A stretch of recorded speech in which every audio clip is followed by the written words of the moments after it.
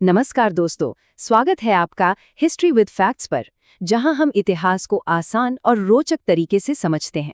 आज हम भारत के स्वतंत्रता संग्राम के एक ऐसे नायक की कहानी जानेंगे जिनकी दहाड़ ने ब्रिटिश साम्राज्य की नींव तक हिला दी थी।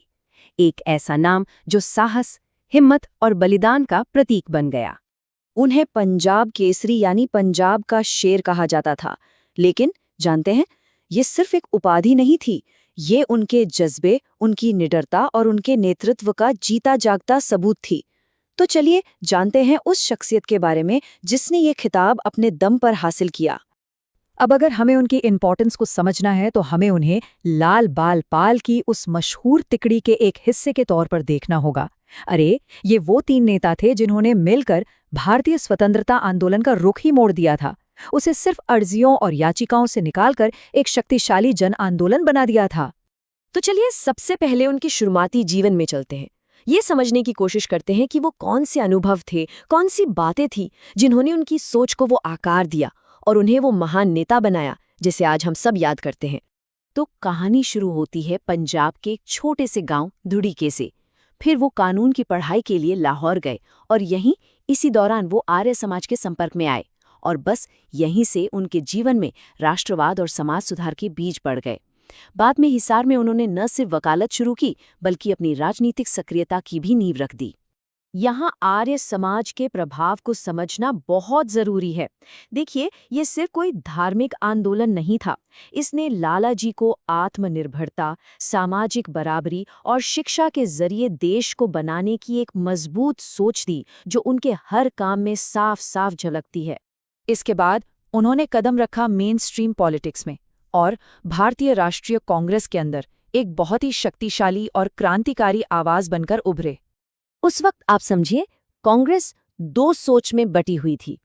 एक तरफ थे नरम दल के नेता जो ब्रिटिश सरकार से अर्जियां देकर सुधारों की मांग करते थे, और दूसरी तरफ थे गरम दल के जोशीले नेता जिनमें लालाजी, तिलक और पाल शामिल थे।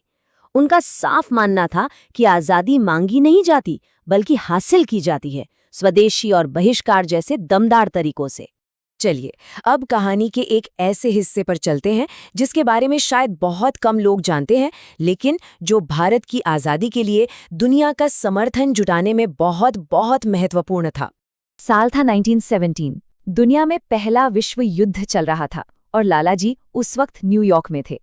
सोचिए, भारत से हजारों मील दूर उन्होंने एक ऐसा संगठन बनाया जिसका मकसद था दुनिया को भारत की आज़ादी की लड़ाई के बारे में बताना और सपोर्ट इकट्ठा करना। और उनका काम बहुत ही ऑर्गेनाइज्ड था। उन्होंने सिर्फ भाषण नहीं दिए बल्कि बाकायदा Indian home rule league of America की स्थापना की, यंग इंडिया मैगजीन के जरिए अमेरिकी लोगों तक अपनी बात पहुंचाई, और इतना ही नहीं, अमेरिकी सरकार के सामने भारत में ब्रिटिश कुशासन का पूरा कच्चा चिट्ठा पेश कर दिया। अब हम पहुंचते हैं कहानी के उस मोड़ पर जो सबसे ज्यादा दर्दनाक भी है और सबसे ज्यादा प्रेरणा देने वाला भी। वो मोड़ जहां एक नायक अपने देश के लिए अपना सब कुछ कुर्बान कर देता है। जरा उस माहौल को समझिए। साल था 1928। अंग्रेज सरकार ने साइमन कमीशन भारत भेजा। काम था ये तय करना कि भारतीयों को कितने अधिकार मिलने चाहिए। और मजाक देखिए, इस कमीशन में एक भी भारतीय सदस्य नहीं था। ये तो पूरे देश का अपमान था और इससे चारों तरफ गुस्से की आग भड़क उठी। तो सवाल ये था, इस जिल्लत का जवाब, इस अपमान का जवाब भारत कैसे देगा?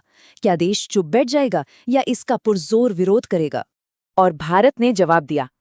30 अक्टूबर 1928 को लालाजी ने लाहौर में साइमन गो बैक के नारों के साथ एक शांतिपूर्ण जुलूस निकाला। लेकिन पुलिस सुपरिंटेंडेंट जेम्स स्कॉट ने बर्बरता की सारी हदें पार कर दी। उसने लाठीचार्ज का हुक्म दिया और निहत्थे प्रदर्शनकारियों पर, खास तौर पर लालाजी पर, बेरहमी से लाठियां बरसाईं। सिर्फ 17 दिन बाद 17 नवंबर को भारत ने अपने इस महान शेर को हमेशा के लिए खो दिया। बुरी तरह घायल होने के बावजूद उन्होंने भीड़ को संबोधित किया और वो शब्द कहे जो इतिहास में अमर हो गए। ये सिर्फ शब्द नहीं थे, ये एक भविष्यवाणी थी। ये उस शेर की आखिरी दहाड़ थी जो आने वाली पीढ़ियों के दिलों में हमेशा के लिए गूंज गई। तो क्या उनकी मृत्यु से आंदोलन खत्म हो गया? बिल्कुल नहीं। अब हम देखेंगे कि कैसे उनके बलिदान ने आज़ादी की लड़ाई को और भी ज्यादा मजबूत कर दिया। उनकी शहादत बेकार नहीं गई, बल्कि इसने भगत सिंह जैसे क्रांतिकारियों के दिलों में क्रांति की ज्वाला को और भड़का दिया। उन्होंने लालाजी की मौत का बदला लेने की कसम खाई और इसी के साथ स्वतंत्रता संग्राम एक नए और भी ज्यादा क्रांतिकारी दौर में पहुंच गया। लेकिन लालाजी की विरासत सिर्फ क्रांति तक ही सीमित नहीं थी। वो एक दूरदर्शी थे, एक नेशन बिल्डर थे। उन्होंने पंजाब नेशनल बैंक जैसे आर्थिक संस्थान और डीएवी कॉलेज जैसे शिक्षण संस्थानों की नींव रखी। वो जानते थे कि एक आज़ाद भारत को मजबूत संस्थानों की कितनी ज़रूरत होगी। और हम इस कहानी को इसी सवाल के साथ खत्म करते हैं, कैसे एक इंसान का जीवन और उसका बलिदान एक पूरे देश के लिए प्रेरणा बन सकता है और इतिहास का रुख हमेशा के लिए बदल सकता है। यही लाला लाजपत राय की अमर विरासत है। दोस्तों, अगर आपको ये जानकारी उपयोगी लगी हो तो अभी इस वीडियो को लाइक कीजिए, अपने दोस्तों के साथ शेयर कीजिए और सबसे ज़रूरी, हिस्ट्री विद फैक्ट्स को सब्सक्राइब करके बेल आइकन दबा दीजिए ताकि इतिहास की हर ज़रूरी जानकारी सबसे पहले आप तक पहुंचे।